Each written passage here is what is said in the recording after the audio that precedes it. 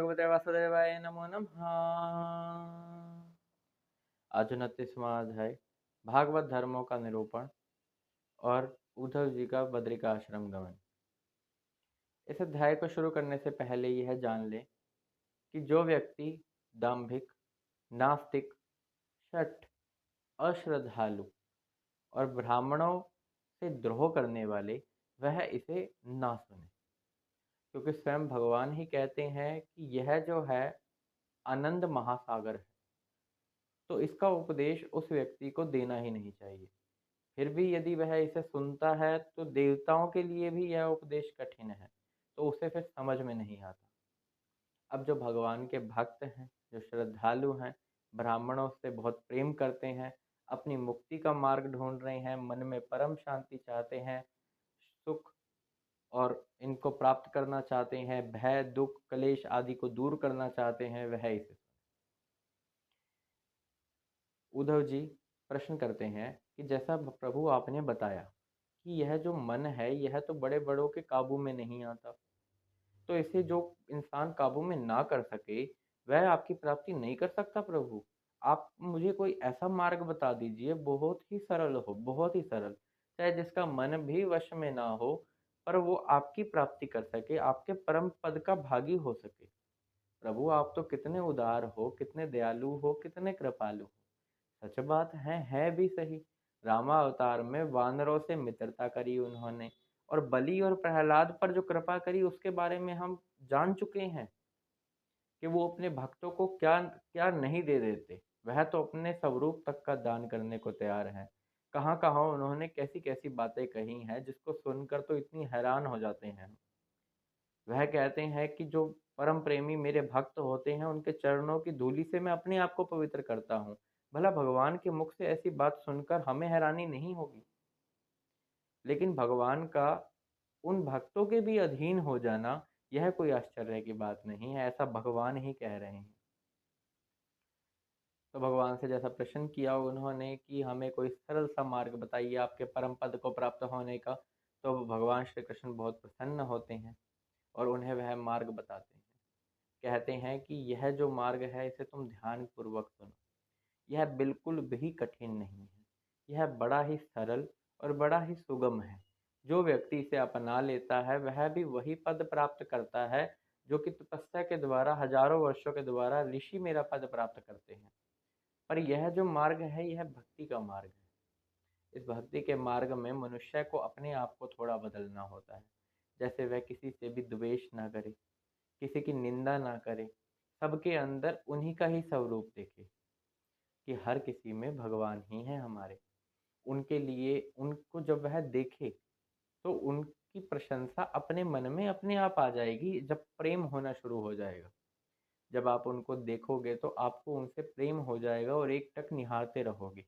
फिर आपको भले ही कितना ही कोई ज़रूरी काम क्यों ना पड़ रहा हो, लेकिन अगर एक टक नज़र आपकी उनकी प्रतिमा में पड़ गई जो आपको प्रिय है, जिस पे आप प्रेम करते हैं, वह भी तो वही है, तो एक टक निहार कर वहीं खड़े हो जाओगे, चाहे कितना ही ज़रूरी काम क्यों ना हो। वह प्रेम जब होता है उसके अंदर, फिर अकेले चाहे किसी के साथ नाचना गाना शुरू कर दोगे। चाहे कोई भजन चल रहा हो चाहे ना चल रहा हो, ऐसे ही नाचना शुरू कर दोगे उनके सामने। उनको रिझाने के लिए आपके मन में अपने आप से अलग अलग उपाय आएंगे कि आज हमारे भगवान को यह मन कर रहा होगा, आज हमारे भगवान को यह चाहिए होगा, आज हम उनको माला पहनाते हैं ताकि वो सुगंधित हो जाएं, आज हम उनको इस जल से स्नान करवाएंगे, आज हम उन्हें इसका भोग लगाएंगे। और फिर जब वह भोग लगाएंगे तो वह किस प्रकार से प्रसन्न होंगे, और फिर आपके मन में जो बातें आएंगी वो भगवान के द्वारा ही कही हुई होंगी, क्योंकि उस समय भगवान स्वयं आपके हृदय में विराजमान हो जाते हैं। यानी भगवान का भक्त ऐसा हो जाता है कि वह भगवान को अपने हृदय में महसूस करने लगता है।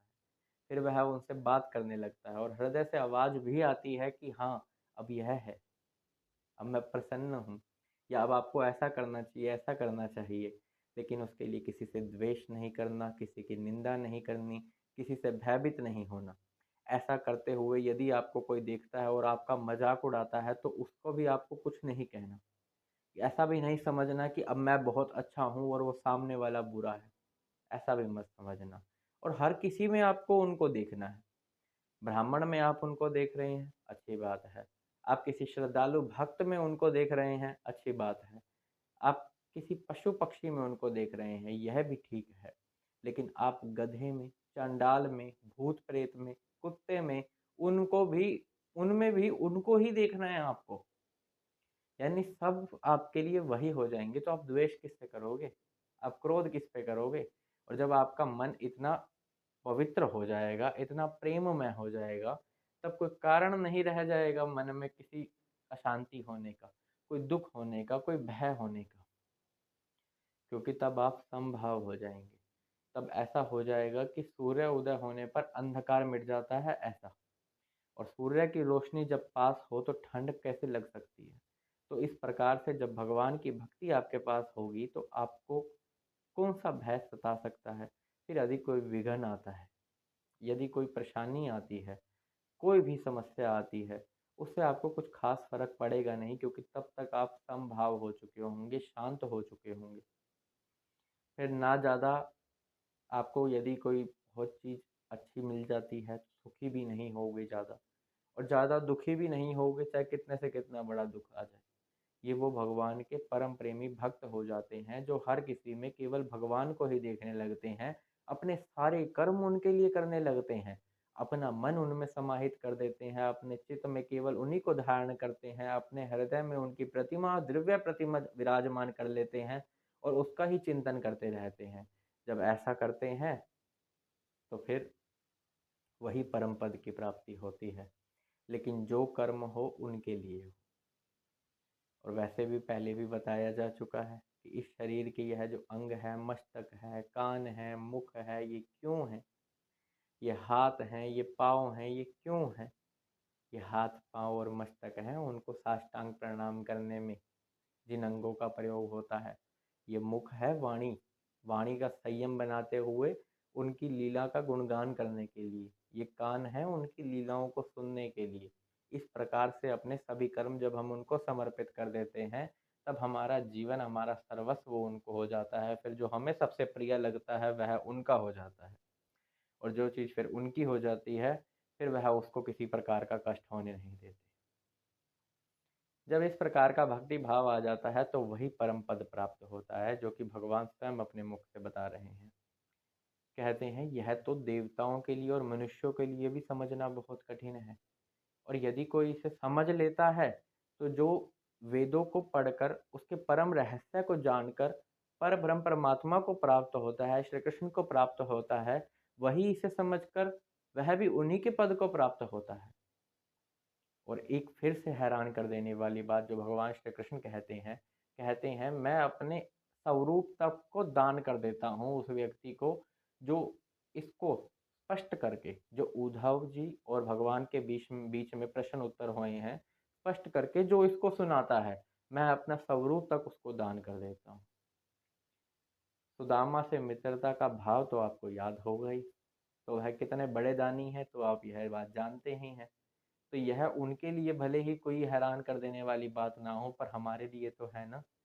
ये जो शरीर है हम जानते हैं ना असत्य है, हम जानते हैं ना ये अविनाशी है, विनाशी है और इससे हम किसकी प्राप्ति कर रहे हैं? उन अविनाशी परमात्मा की, उन परम सत्य की प्राप्ति हो जाती है, वो भी इस शरीर से, जो कि मल मूत्र का अंदर से तो गड्ढा ही है, बहुत ही गंदा है यह अंदर से और यह उनकी प्राप्ति करवा देता है। भला इससे अच्छी बात हमारे लिए हो सकती है कोई? नहीं। यह जो परम रहस्य है, यह बहुत ही गुप्त है, बड़ा ही।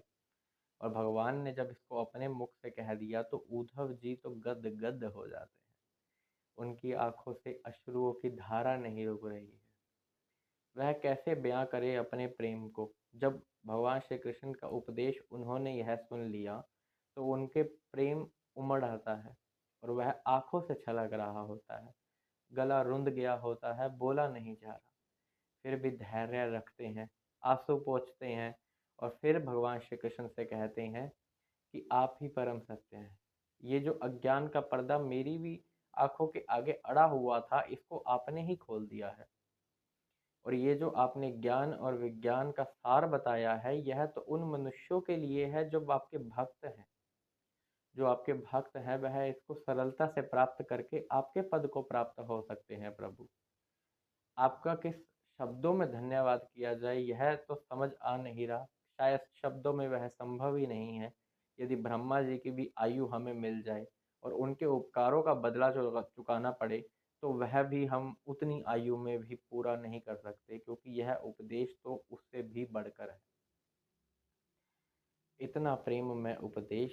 अब उद्धव जी अपना इस प्रकार कहते हुए हाथ जोड़कर कहते हैं, प्रभु आप मुझे अब आज्ञा दीजिए कि आप बताइए कि मैं अब क्या करूं, मुझे क्या करना चाहिए। भगवान श्री कृष्ण कहते हैं, अब तुम मेरे आश्रम बद्रिका आश्रम में चले जाओ। वहां बद्रिका वन में जाकर तुम मेरा ही चिंतन करो, मेरे ही स्वरूप के बारे में सोचो और अपने आप में और मुझ में ही अपने आप को मस्त कर लो।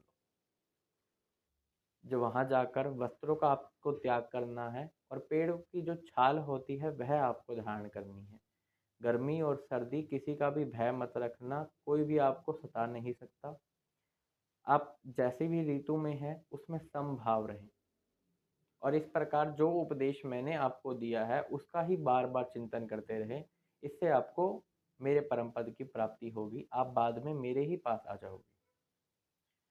इस प्रकार अब उद्धव जी का जाने का मन तो नहीं है, कैसे जाएं लेकिन फिर भी जाना पड़ेगा, भगवान की आज्ञा जो हुई।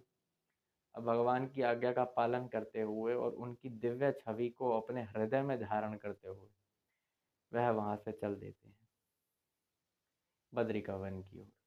अब सुखदेव जी राजा परीक्षित को कहते हैं कि यह जो उपदेश मैंने तुम्हें बताया, जो उद्धव जी और भगवान श्री कृष्ण के बीच में प्रश्न उत्तर हुए, यदि इसका कोई स्मरण करता है, चिंतन करता है, नित्य प्रति इसका पाठ करता है, इसको सिर्फ श्रवण ही कर लेता है, उतना ही बहुत है। ऐसा करने मात्र से उसकी भगवान में परम भक्ति जाग उठती है। उसे किसी चीज़ ऐसी कोई चीज़ होती नहीं है फिर जो उसकी इच्छा रह जाती हो। उसकी जितनी काम वासनाएं होती हैं, उसके पास उसकी जितनी इच्छाएं होती हैं, वह पता ही नहीं कहाँ चली जाती हैं, क्योंकि वह तब जान जाता है उनके स्वरूप को, उनको पहचान जाता है। और जब उसे उनके स्वरूप का ज्ञान हो जाता है, तब बाकी चीज़ों की ओर वह नहीं देखता, तब वह उनका ही हो जाता है, जैसे कि उद्धव जी अब हो गए थे।